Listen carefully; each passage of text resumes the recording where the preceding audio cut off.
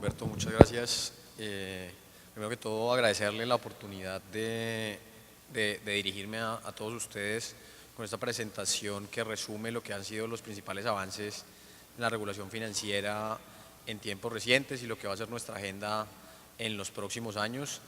También debo declararme sorprendido con la convocatoria. Creo que algunos de ustedes resistieron a los encantos de la noche cartagenera. Otros hicieron la combinación más difícil de ceder a esos encantos y llegar en todo caso a esta presentación. Entonces, pues me parece muy relevante y espero que sea de su agrado la presentación. Entonces, quizás, la presentación tiene tres partes. La primera tiene que ver con la regulación que ha sido expedida recientemente por parte del Ministerio. La segunda parte, quizás la más importante de la presentación, tiene que ver con la exposición de lo que quedó contemplado en el decreto de reservas técnicas. Si bien no alcanzamos a expedirlo, ya se encuentra en el último trámite jurídico, está pasando a Secretaría Jurídica de Presidencia y esperamos que en el próximo par de semanas ya tengamos un decreto. Este es un esfuerzo muy importante en el que ha sido fundamental la colaboración del gremio y de las aseguradoras mismas en diseñar un decreto que nos ayude a incrementar la solidez y la confianza de los polizavientes pues, en los recursos que están respaldando las pólizas que les han sido vendidas. Por último, vamos a hacer un pequeño barrido por lo que creemos va a ser nuestras principales preocupaciones en términos de la agenda futura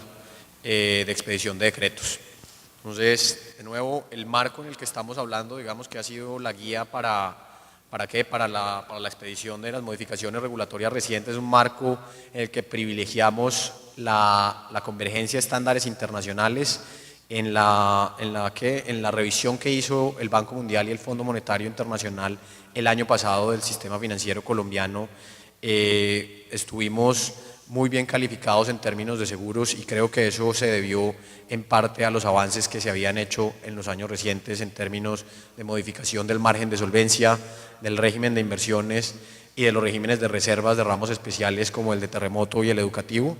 que son como el corazón de este andamiaje prudencial que desarrollamos para efectos de garantizar la solidez del sector asegurador. Hay un tema adicional que ha sido muy relevante y que ya fue expedido y tiene que ver con los estándares internacionales de contabilidad que creo que ponen a Colombia, digamos, un poco en línea con lo que han sido las regulaciones de otros países de la región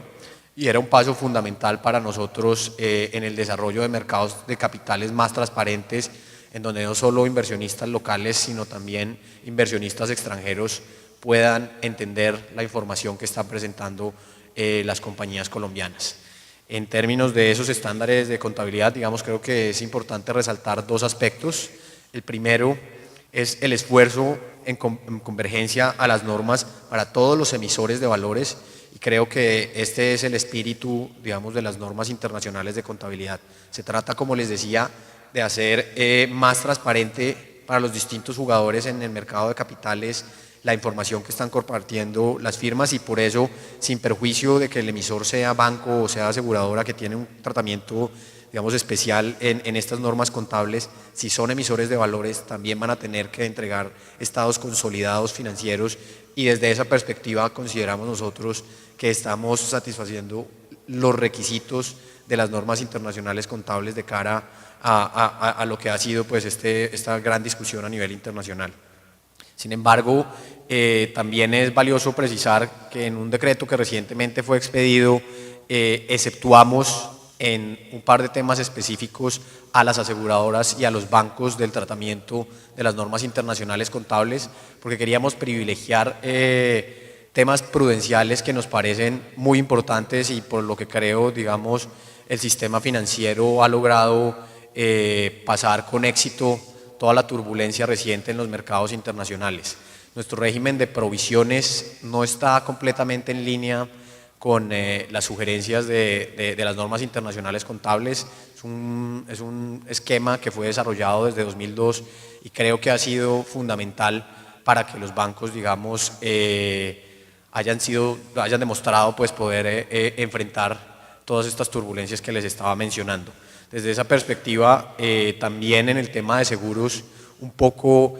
atendiendo lo que fue todo el trabajo entre la industria y el regulador en términos del decreto de reservas de terremotos, consideramos que era fundamental mantener el tratamiento de esta reserva catastrófica, que no necesariamente está en línea también con los estándares internacionales de contabilidad, y por eso en esos dos capítulos específicos decidimos dejar en cabeza de la Superintendencia Financiera la capacidad de expedir las normas correspondientes. En todo caso, quiero resaltar que es nuestra apuesta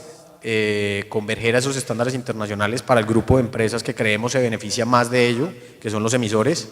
y a diferencia de lo que ha sido la experiencia en otros países donde se mantienen dos estándares completos vivos, un estándar prudencial y otro estándar internacional,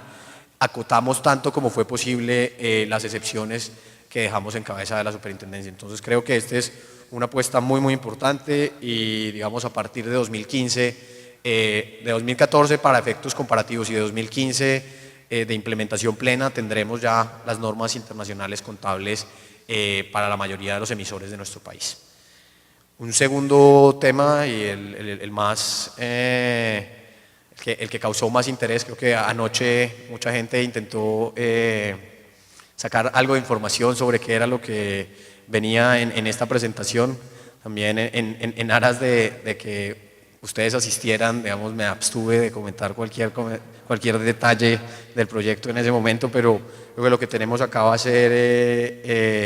digamos, lo que quedó plasmado en el decreto, en los temas que fueron, digamos, más polémicos en todas las discusiones que tuvimos. Fue un proceso muy juicioso, largo. Desde antes de irme a estudiar creo que ya había empezado la consultoría, esto fue en 2009, y digamos el proceso se alargó durante cuatro años y medio en un trabajo donde hicimos una revisión juiciosa de lo que son las normas de reservas técnicas de las aseguradoras, y se publicó para comentarios una primera versión, digamos, recogiendo todo ese trabajo en mayo del año pasado. De nuevo, posteriormente, digamos, con una participación muy activa de la superintendencia y del gremio, refinamos ese borrador y se colgó una segunda vez en diciembre, porque, digamos, es fundamental para nosotros desde la dirección tener un proceso transparente de expedición de normas, un proceso participativo, donde con argumentos, digamos, logremos llegar a consensos que digamos, cobijen las preocupaciones tanto de la industria en términos de que no, este régimen no fuera a ser un impedimento importante para el desarrollo de la misma, como nuestros en términos de la seguridad que queremos brindarles a los polisabientes. Luego de esta versión de diciembre se hizo un trabajo bastante juicioso también en términos de la medición del impacto de este decreto. La mayoría de las compañías atendieron a nuestro llamado, y con base en ese ejercicio decidimos cuál era el régimen de transición para este decreto. Entonces creo que ha sido, digamos, allí están anotados todos los pasos que seguimos, un ejercicio muy juicioso, y por eso estoy, digamos, muy feliz de que ya estemos a punto de terminar este proceso. ¿Qué es lo que tiene el decreto? Digamos, modificaciones, un par de modificaciones estructurales en términos de la inclusión de nuevas reservas, que son esta de insuficiencia de primas y la reserva por insuficiencia de activos, y una serie de ajustes que nos van a permitir hacer mucho más exactas las mediciones en las otras reservas, la reserva de prima no devengada, la reserva de siniestros no avisados, que creo que en últimas va a redundar en un mercado mucho más sólido, pero también en una homologación de los estándares de competencia de las compañías, que quizás es otro de los objetivos que queríamos alcanzar. Eso es particularmente cierto para el tema de la reserva por insuficiencia de prima, donde parte de la apuesta es separar lo que es el proceso comercial de emisión de primas del proceso de reserva, que tiene que responder y atender más a los riesgos que están siendo asumidos. Si por alguna razón comercial yo decido como firma aseguradora ofrecer primas por debajo del costo de riesgo que está implícito en el negocio, pues voy a tener que compensar esas reservas con esta nueva reserva de insuficiencia de primas, para que en todo caso estemos teniendo los activos necesarios para respaldar los riesgos asumidos. Primer cambio estructural, la contabilización de las reservas y en particular el tema de los reaseguros, pues en línea con lo que sugiere el Comité Internacional de Normas de Información Financiera. La contabilización de estas reservas se va a hacer bruta de reaseguros y se va a contemplar el reaseguro como un activo cuyas características, digamos, se van a modificar de acuerdo a lo que va a ser la calificación del reasegurador. Entonces estamos incorporando un tratamiento distinto en donde creo que avanzamos para reconocer los riesgos que también están implícitos en esta figura de reaseguros. Con respecto al rol de los actuarios, esto también, digamos, fundamental en línea con lo que son las principales sugerencias de estándares internacionales, el papel que juegan en solvencia, en los estándares de solvencia 2. Queremos que sea mucho más activa la participación de estos profesionales en la estimación y en, digamos, la operación como primer filtro de la suficiencia de esas reservas. Entonces se requiere que mensualmente los estados financieros de las aseguradoras estén certificados por un soporte técnico del actuario, y yo creo que esto le va a dar un impulso muy importante a esta profesión, y creo que eso redundará, digamos, en unos niveles de seguridad y de confianza que nos convienen a todos, y también permite que la regulación no sea tan intrusiva en la medida en la que no tenemos que bajar a todo el detalle, porque de cierta forma podemos utilizar el expertise de estas personas, de estos actuarios, en la certificación y en la validación de lo que son las reservas. Para la reserva de prima no devengada, se reconoce la posibilidad de que el devengo no sea lineal. Es probable que en algunos de los ramos la función de distribución de los siniestros varíe a lo largo del tiempo, y desde esa perspectiva, previo visto bueno de la superintendencia, vamos a poder utilizar distintos mecanismos de devengo de estas primas. Entonces se trata de reconocer las características específicas de cada uno de los ramos y de permitir que las reservas respondan a todo este tema de los riesgos que se están incurriendo. Este quizás fue uno de los puntos más álgidos en términos del debate, y era el rol que iba a tener la reserva de prima no devengada para los ramos de riesgos laborales y previsional. Un poco entendiendo cómo es la operación de estos ramos y el momento en el que se van a pagar las primas. Consideramos luego de esta discusión, un poco después de volver también a discutir con el consultor, que no era necesario que estos dos ramos constituyeran esa reserva de prima no devengada, sin perjuicio de que el riesgo lo están corriendo desde el primer momento del tiempo. El evento de una quiebra de una entidad en la mitad de un mes, por ejemplo, no implica un riesgo de acuerdo a las pólizas emitidas en estos dos ramos, porque el pago de las mismas, el pago de la prima, se realiza de forma posterior. En este sentido, incluso si se llegara a presentar un escenario difícil como este que estoy mencionando, tenemos, digamos, los recursos y la tranquilidad de que podemos respaldar esos riesgos que se asumieron, y por esta razón es que decidimos no incluir a los riesgos laborales y al previsional dentro de la reserva de prima no devengada. Cuestión diferente es para las pólizas con vigencias iguales o inferiores a un mes. En este caso, digamos, también reconociendo la forma específica como se controla las primas, que se hace solo una vez al mes, digamos, al final del periodo, creímos que lo más razonable y lo más seguro, digamos, lo más prudente, sería que se reservara un monto mínimo que fuera equivalente al 50% de la prima, para mantener en todo momento unos recursos que respalden estos riesgos.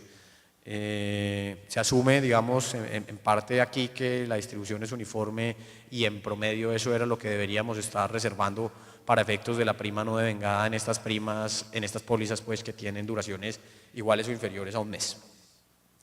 En tarifación, esto era lo que les decía, es otra apuesta grande. Creo que es fundamental para que se desarrolle de forma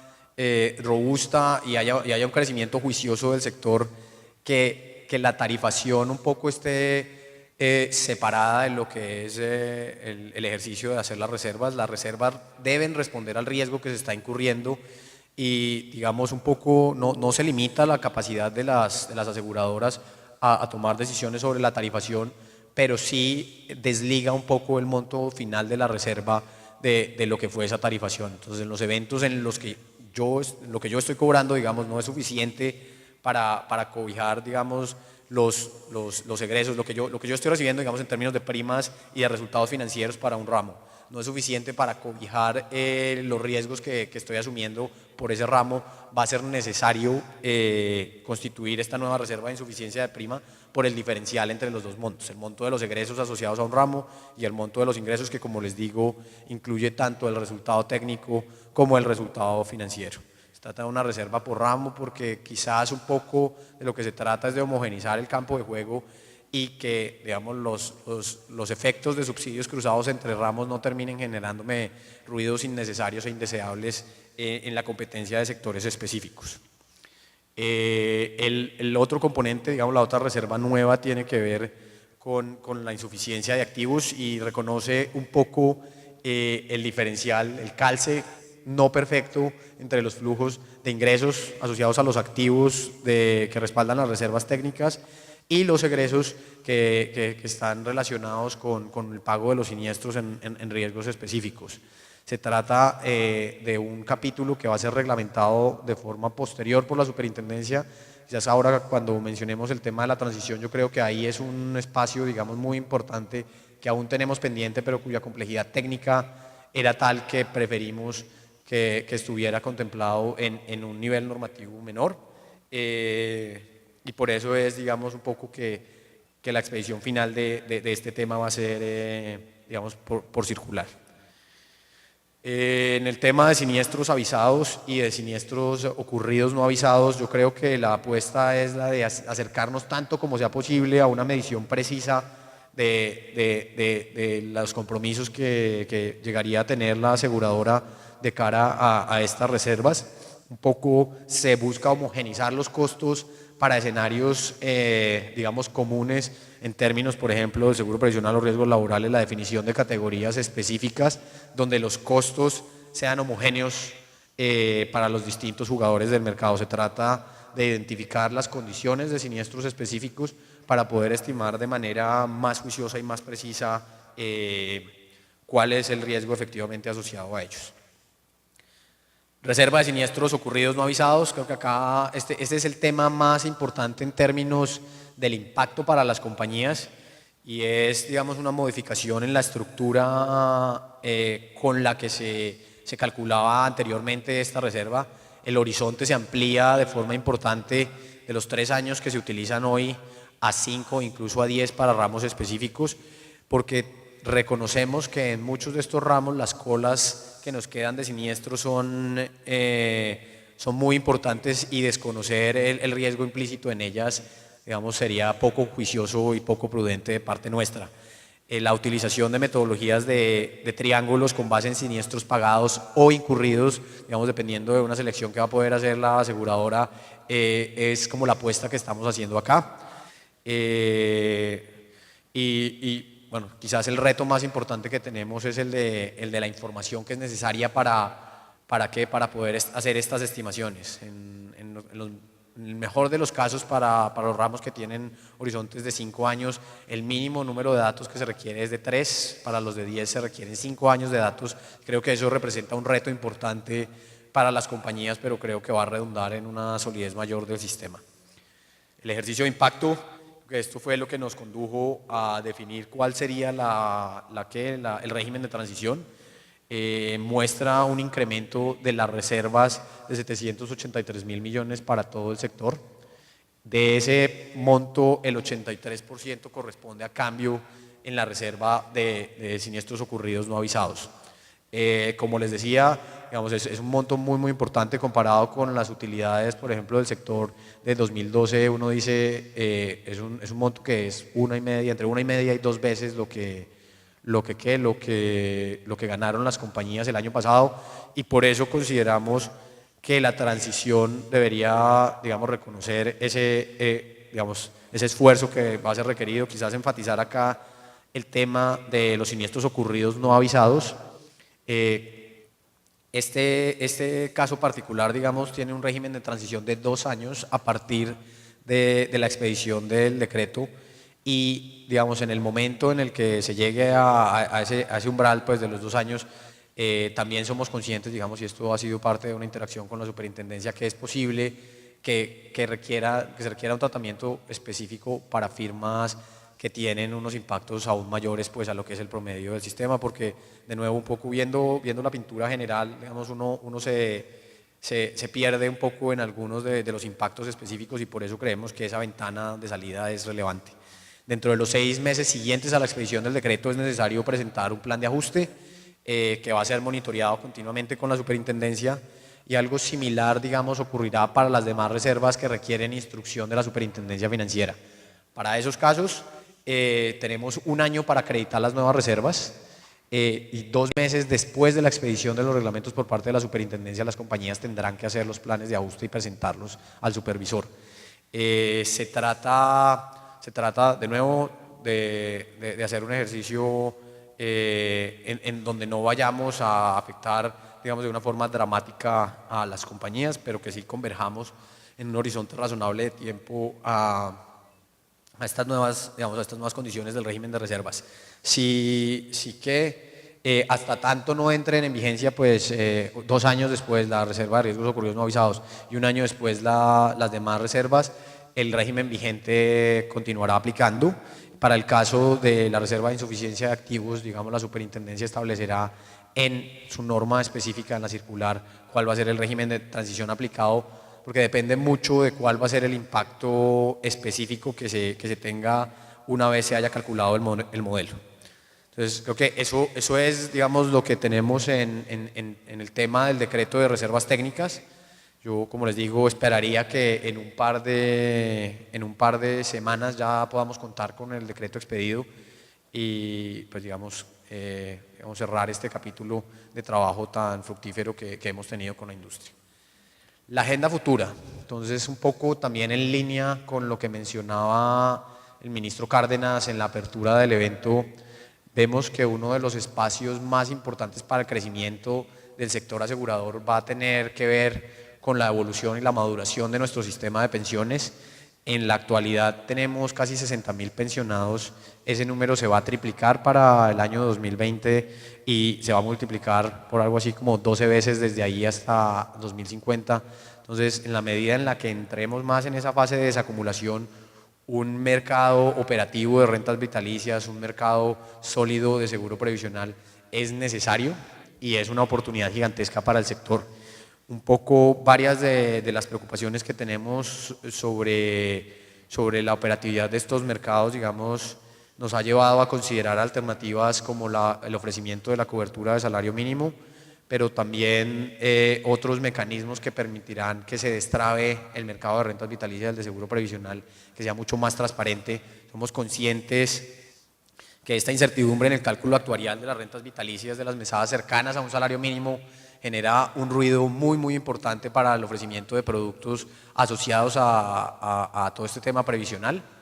Y, digamos, un poco consecuencia de eso y de la incertidumbre jurídica de fallos específicos de nuestro sector judicial con respecto al tema del previsional, por ejemplo, lo que estamos observando actualmente es una baja participación y, digamos, unas posibilidades importantes de mejora en la transparencia de los mecanismos de asignación. Como consecuencia, la oferta de estos ramos, digamos, no es tan dinámica como esperaríamos y creemos que tenemos que hacer un salto cualitativo para que el sector pueda cumplir este rol tan importante de cara a la maduración del sistema pensional. Entonces, primer tema grueso, el ofrecimiento de una cobertura para estas mesadas cercanas al salario mínimo. Un poco los ejercicios que hemos estado analizando y discutiendo en etapas iniciales, digamos, han concluido que una de las alternativas más viables para solucionar este tema tiene que ver con la implementación de un swap de flujos entre el gobierno y la aseguradora, donde se elimine la incertidumbre del nivel para la firma de seguros. Entonces, de lo que se trata es de acordar un crecimiento para las mesadas, puede ser del IPC, puede ser del IPC más un número de puntos, por encima del cual, digamos, el número específico que tenga el salario mínimo, la diferencia entre ese número y lo que implicaría el crecimiento asociado al referente, sería lo que pagaría el gobierno, digamos, en el momento en el que se están pagando las mesadas y digamos, de forma simétrica en los eventos en los que el salario que se materializa esté por debajo de ese número que estamos teniendo como referente, vamos a tener un pago de la aseguradora hacia el gobierno. Entonces, lo que se trata es de eliminar completamente esa incertidumbre. Hay certeza plena por parte de la aseguradora de cuál va a ser el flujo al que se va a enfrentar, y tenemos, digamos, una serie de discusiones pendientes con respecto al mecanismo de financiamiento para cubrir, digamos, algún costo o algún flujo de caja inicial. Es probable que el tema del fondo de garantía de pensión mínima pueda ser una respuesta importante para manejar la caja de esto, porque esto, como les venía mencionando, tiene pagos posibles por parte del gobierno, pero también pagos posibles por parte de la aseguradora. Entonces, digamos, ahí hay la necesidad de un mecanismo de caja importante. Y el otro es la definición del crecimiento del referente. Digamos, ahí hay una serie de preocupaciones importantes y razonables con respecto a la señal que se pueda dar si el gobierno mismo reconoce un crecimiento específico por encima de inflación a la hora de negociar el salario mínimo. ¿Qué otra inquietud nos surge? De nuevo, por definición, las personas que ya están llegando a este nivel de, digamos, que tienen acceso a la pensión porque cumplieron el número de semanas cotizadas, por ejemplo, ya tienen una cantidad de subsidios importantes por parte del gobierno, y por ende no nos parece, digamos, tan deseable generar un subsidio adicional con un crecimiento muy pequeñito de ese referente, porque eso implicaría que la posibilidad de los pagos del gobierno se incrementara de forma importante. De nuevo, esto aplica no solo a las rentas de salario mínimo. Digamos, este es un ejemplo con, digamos, un supuesto de crecimiento. Esto es en términos reales. Un poco la línea negra lo que muestra es el crecimiento del salario mínimo en términos reales, si se supone un crecimiento del 1.1 por encima de la inflación, y todas las otras lineecitas de esta ARPA nos hacen referencia a lo que sería el flujo esperado para una aseguradora para rentas vitalicias que arrancan de niveles marginalmente más altos que el salario mínimo. Entonces, no sé, esta primera lineecita dice: yo arranco de 1.2 salarios mínimos, es probable que en los primeros 10 años el crecimiento de inflación me mantenga por encima del salario mínimo, pero a partir de allí en adelante quedo pegado a la senda, y desde esa perspectiva también es relevante el mecanismo de cobertura para este tipo de mesadas. Un poco también para ilustrar el tema de la regresividad de este riesgo de la incertidumbre, pues, del crecimiento del salario mínimo, las mesadas por millón de saldo que podría adquirir un pensionado que tiene un saldo de 160 millones es de apenas 3.600, mientras que un personaje que está mucho más lejos del umbral de salario mínimo, digamos, puede obtener 4.170 por millón ahorrado. Entonces, desde esa perspectiva vemos cómo termina siendo más costoso y redundando en menores rentas vitalicias para los pensionados más cercanos al salario mínimo. De nuevo, digamos, esto es un poco para ilustrar, creo que es lo mismo que les venía diciendo, es un poco en este ejemplo, digamos, estaba contemplado ningún crecimiento por encima de inflación. Entonces, el pedacito rojo sería lo que estaría asumiendo un poco el gobierno, que es todo lo que está por encima de lo pactado en el swap, que es una línea, pues, digamos, que crece al IPC. Uno podría pensar en escenarios en donde eso, la línea negra, digamos, tiene algún tipo de pendiente también para incorporar ese 1.1, 1.2, lo que sea que uno perciba que es el monto de crecimiento, pues, de la productividad de la economía, por ejemplo. Segundo tema, baja participación y posibilidad de mejora en la transparencia de los mecanismos de asignación. Creo que esto es fundamental, digamos, es como parte de un paquete. Nuestra apuesta por generar esa cobertura de salario mínimo es una apuesta para ser mucho más transparente y mucho más fácil de entrar, digamos, a ese mercado de rentas vitalicias y, digamos, consecuentemente a lo que es el previsional. Hay dos temas que estamos contemplando un poco en línea con lo que han sido experiencias regionales recientes en términos de subasta del seguro previsional y de la creación de un sistema electrónico para cotización de rentas vitalicias que consideramos, digamos, seguirían en el orden lógico la expedición del mecanismo de cobertura. Si tenemos ese mecanismo de cobertura, creemos que vamos a avanzar de forma importante en la transparencia de esos mercados, y desde esa perspectiva vamos a poder empezar a utilizar este tipo de mecanismos que generan valor agregado para la economía y, digamos, han sido experiencias exitosas en caso chileno para los dos casos, en caso peruano, digamos, con la implementación reciente de la subasta del previsional. Bueno, tenemos ahí no sé, esto ya lo deben conocer ustedes un poco más, una dispersión importante, no hay transparencia también asociado a todos estos ruidos de incertidumbre jurídica y el riesgo político del salario mínimo. Y otro tema que creemos que es muy relevante de cara a la participación del sector asegurador en el sistema previsional tiene que ver con el traslado entre las modalidades en la fase de desacumulación. Un poco lo que estamos viendo actualmente, más de la mitad de la gente que está en retiro programado no tiene saldos, no debería estar allí, digamos, debería estar en un mecanismo de rentas vitalicias y digamos eso está en parte relacionado con el tema de salario mínimo, pero también con otras problemáticas que tienen que ver con la metodología cómo se realiza el control de saldos. Entonces, si la oferta de mercado, el valor de una renta vitalicia, digamos, es esta línea azul sólida y la función de cálculo es la punteadita azul, poco si yo llego, digamos, al momento en el que el saldo, que es la línea roja, se cruza con la línea punteada azul, ya para ese momento, sin perjuicio que en teoría yo debería poder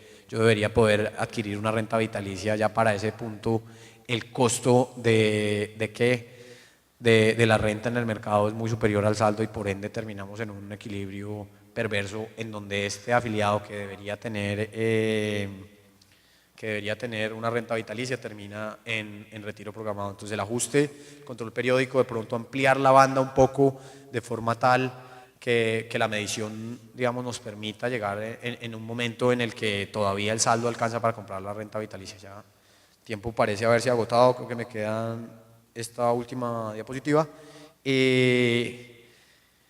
digamos, estos son otros temas que a futuro van a ser relevantes. Nosotros somos conscientes de los cambios tan importantes que han sufrido, digamos, las aseguradoras en términos de su regulación en años recientes y por eso, por ejemplo, en el tema de calidad y del riesgo reasegurador o el riesgo operativo en el margen de solvencia hemos decidido postergar un poco la revisión de las aseguradoras en el entendido que venimos de una revisión de solvencia, de una revisión de reservas técnicas y por eso poco en la agenda de corto plazo nos vamos a concentrar en otros agentes, las comisionistas, las fiduciarias, en general que administran recursos de terceros.